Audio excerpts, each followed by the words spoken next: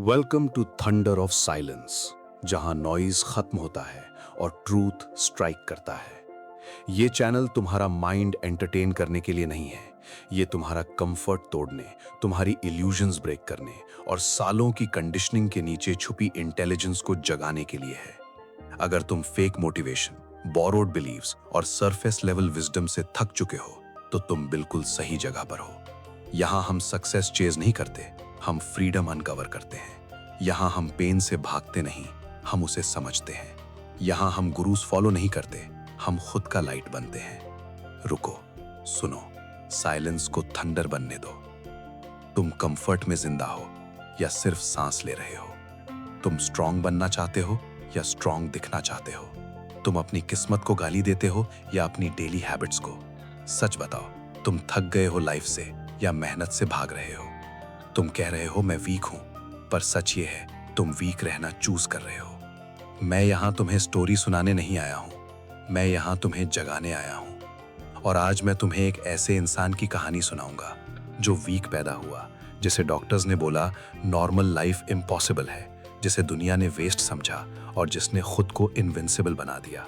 उसका नाम था विल्मा रूडोल्फ। विल्मा 4 साल की थी जब पोलियो ने उसकी बॉडी पर अटैक किया। उसके पैर काम नहीं करते थे।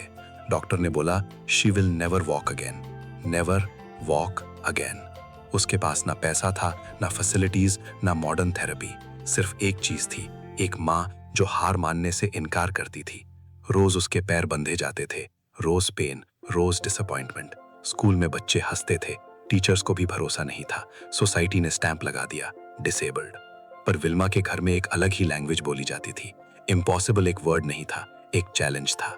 विल्मा की माँ ने उससे कहा तू चलेगी, और सिर्फ चलेगी नहीं, तू दौड़ेगी। साइंस ने बोला नो, डॉक्टर्स ने बोला नो, रियलिटी ने बोला नो, पर बिलीफ ने बोला वॉच मी।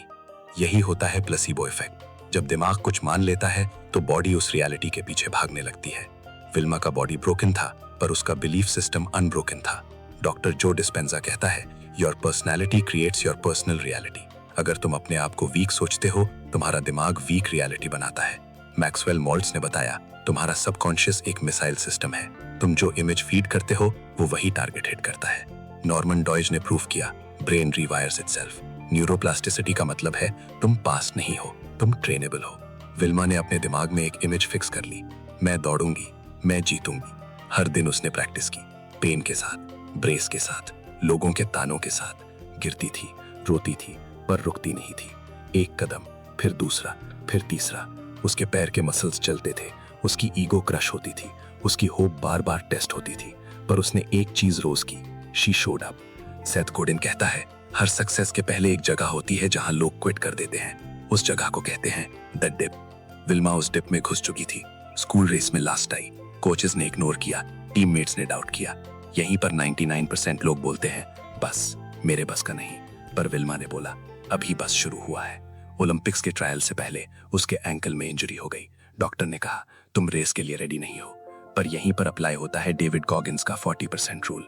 जब तुम सोचते हो तुम खत्म हो गए हो, तुम सिर्फ 40% तक ही पहुंचे हो। विल्मा ने पेन को सिग्नल नहीं, फ्यूल बनाया।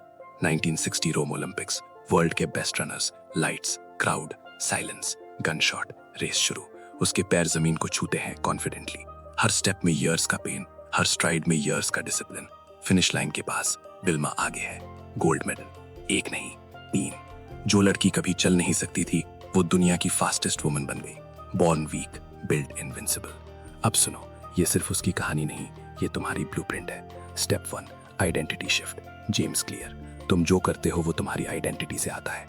अगर तुम खुद को वीक मानोगे, तुम वीक एक्शंस करोगे। पहले बोलना शुरू करो, मैं वीक नहीं हूँ, मैं ट्रेनिंग में हूँ। पेन पनिशमेंट नहीं होता, पेन एक गेट है। जो उस गेट से गुजरता है वो एवरेज से बाहर निकलता है। रोज अपने दिमाग को एक नई इमेज दिखाओ, strong you, disciplined you, unstoppable you. तुम्हारा ब्रेन उस इमेज के पीछे रियलिटी बनाएगा। तुम बोलते हो मुझे सक्सेस चाहिए, पर तुम्हारी डेली लाइफ बोलती है मुझे कंफर्ट चाहिए। तुम बोलते हो मुझे रिस्पेक्ट चाहिए, पर तुम्हारी हैबिट्स बोलती है मुझे नेटफ्लिक्स चाहिए। तुम बोलते हो मुझे डिसिप्लिन चाहिए, पर तुम्हारा अलार्म बोलता है और तुम स्नूज कर देते हो। ये गैप, ड्रीम्स और हैबिट्स के बीच का, यही तुम्हारी रियल एनिमी है। आज तुम्हारे पास 2 रास्ते हैं।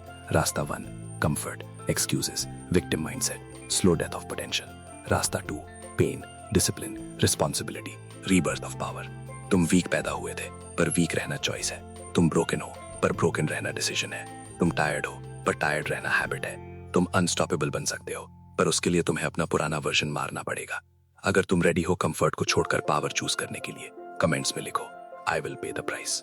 और अगर तुम वीक रहना नहीं, इनविंसिबल बनना चाहते हो, तो अभी सब्सक्राइब करो, क्योंकि यहाँ हम मोटिवेशन नहीं देते, यहाँ हम इंसान को तोड़कर नया बनाते हैं।